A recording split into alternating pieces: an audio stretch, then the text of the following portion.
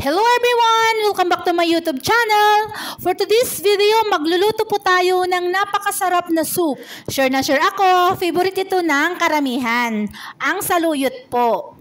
Sa Middle East po, tinatawag po itong molokhia shorba. Sa English po naman, jute leaf soup.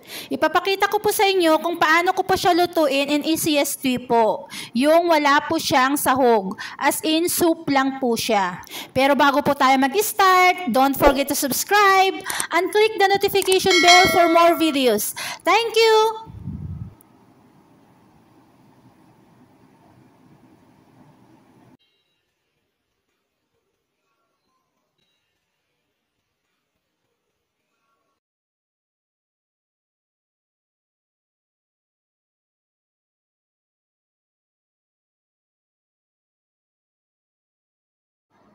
Karamihan po sa atin, familiar po ang dahon na ito. Maliban po sa masarap po siyang ulam, marami po tayong benefits na makukuha. Sa Middle East po, hindi po nawawala ang saluyot. Isa po kasi sa mga favorite nilang gulay. Pero sa Pilipinas, pag nag-umpisa na pong umulan, doon po sila nagsisilabasan. Basta nahulog na po yung mga buto niya, doon na rin po magsisitubuan yung mga saluyot. Kaya napakadali lang po siyang buhayin, kusa po silang tumutubo. At gagamit po tayo ng mga seasonings. Bali yan po ang mga seasonings na gagamitin po natin. Naghiwa na rin po ako ng maliliit po na hiwa po ng kamatis. At pinong-pino po yung pagkakahiwa po ng bawang. At saka yung sibuyas po, malilit po yung hiwa. Sa isang plato, napapansin nyo po, mas malalaki yung hiwa po ng sibuyas. Bali, pinitpit ko lang po yung bawang. Tapos yung hiwa po ng kamatis, malalaki din po. At gagamit po tayo ng kalahating manok. Bali, hindi ko na po hiniwa yung manok. At saka, ang gagamitin po nating saluyot po, molokhia, yung naka-freezer po. Naka-blend po talaga siya. Kung wala naman po tayong saluyot na kagaya po niyan, pwede naman po tayong mag-blend po ng talagang yung dahon po ng saluyot. O kaya itagda rin po natin ng mapino na lang po. Pwede naman po iyon. At dahil ready na po yung ating mga sangkap, mag-umpisa na po tayong magluto. Bali sa isang kasirola, nilagyan ko na rin po ng mantika. Pinainit ko po muna yung kasirola po bago ko po nilagay yung ating bawang. Para po mas mabango po siya. Kailangan pong mag-brown muna yung bawang bago po natin ilagay po yung susunod po nating ilalagay po. Para mas mabango po yung ating lulutuin. Pag naluto na po, nag-brown na po, ilagay na po natin yung ating sibuyas. Isunod na po natin yung ating kamatis. Isinunod ko na rin po yung ating mga seasonings. Pagkalagay ko po ng seasonings, hinalo-halo ko pong maigi po yung ating mga ingredients. Pagkatapos po, inilagay ko na po yung ating chicken. Pagkalagay ko po ng chicken, tinakpan ko po. Pinabayaan ko lang po hanggang mag-fade po yung kulay po ng chicken. Bali, nilitan ko lang po yung apoy para hindi po siya masunog. I-check po natin kung nagbago na po yung texture ng chicken, lagyan na po natin ng tubig.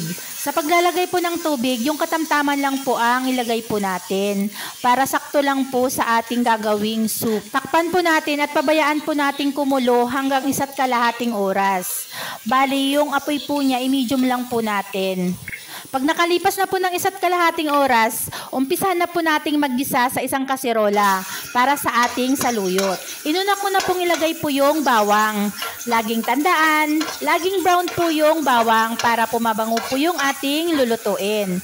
Kailangan po nating halu-haluin para hindi po siya masunog. Pag okay na po yung bawang, isunod na po natin yung ating sibuyas. Kailangan din po nating halu-haluin hanggang mag-fade po yung kulay. Pag okay na po at nag-fade na yung kulay ng ating sibuyas, isunod na po natin yung ating susunod na ilalagay, ang ating kamatis. Pag nilagyan na po natin yung kamatis, kailangan po nating halu-haluin at lutuin po nating maigi po yung kamatis bago po natin ilagay po yung ating saluyot. Pwede naman po nating takpan para mas madali po yung pagkakaluto ng ating kamatis. O kaya ilitan lang po natin yung apoy para hindi po mabigla at masunog po yung kamatis po natin. Pag okay na po yung kamatis, ilagay na po natin yung ating saluyot o molokhia. Ganyan pong itsura ng mulukiya pag na-blend po. Talagang pinong-pino po siya. Pag nailagay na po natin yung ating saluyot, kailangan po nating halu-haluin at lutuin kunti po bago po natin lagyan po ng sabaw. Pag nakita na po natin na medyo kumulo na po yung ating saluyot, pwede na po nating lagyan po ng sabaw. Unti-untiin po natin kunin po yung pinakasabaw ng ating manok na pinakuluan po natin kanina. At ihalo na po natin sa ating ginisang mulukiya po. Sa paglalagay po ng sabaw ng ating mulukiya soup, kailangan po i-control po natin yung sakto lang po talaga. Kung gusto po natin ng mas masabaw po, yung mas marami pong tubig, dagdagan na lang po natin. Pero kung gusto po natin yung katamtaman lang po, kunti lang po yung ilalagay po natin. I-check po natin yung lasa. Kung okay na po, wag na po natin lagyan ng seasonings kasi nilagyan na po natin kanina. Pag nalasahan po natin at matabang pa po siya, pwede naman po natin lagyan ulit po ng ibang seasonings po. O kaya dagdagan lang po natin ng seasonings po, kagaya po ng nilagay po natin. Kasi magkakaiba po naman tayo ng panlasa. Yung iba, kung soup, kailangan matabang po kunti. Yung iba naman, gusto nila yung medyo maalat-alat po. Ganyan po lang kadaling lutuin po yung ating mulukiya soup. Pagkatapos po nating lagyan po ng pinakasabaw po niya, haluin lang po natin at takpan po natin. Pabayaan lang po natin siyang kumulo. Hanggang po yung talagang as in luto na po yung pinakadahon po ng saluyot po. Makikita naman po natin kung talagang luto na po yung saluyot. Medyo magba-brown po siya. Pag luto na po yung saluyot, ganyan na po yung texture niya. Medyo nag-brown na po siya, kagaya po niyan. Pag i-serve na po natin, pwede naman po natin lagyan po ng decoration po, kagaya po niyan. At lalong mas maganahan po yung kakain, lalong-lalo na po kung may bisita po tayo. Kung may mga naisip pa po kayong pwedeng pong ilagay pinaka-toppings po niya, pwede naman po. Ayan, tapos na po nating lutuin yung napakasarap nating sabaw, ang ating mulukiya soup.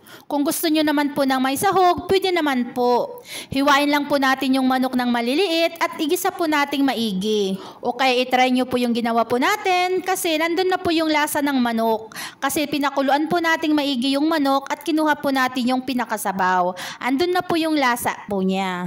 Tapos na ang ating video for today, ang ating mulukiya shorba. Sana may natutunan po kayo sa ating video. Bago po tayo magpaalam, don't forget to subscribe and pakiclick na rin po yung notification bell po para sa susunod ko pang mga videos. Salamat po! Thanks for your time and thanks for watching!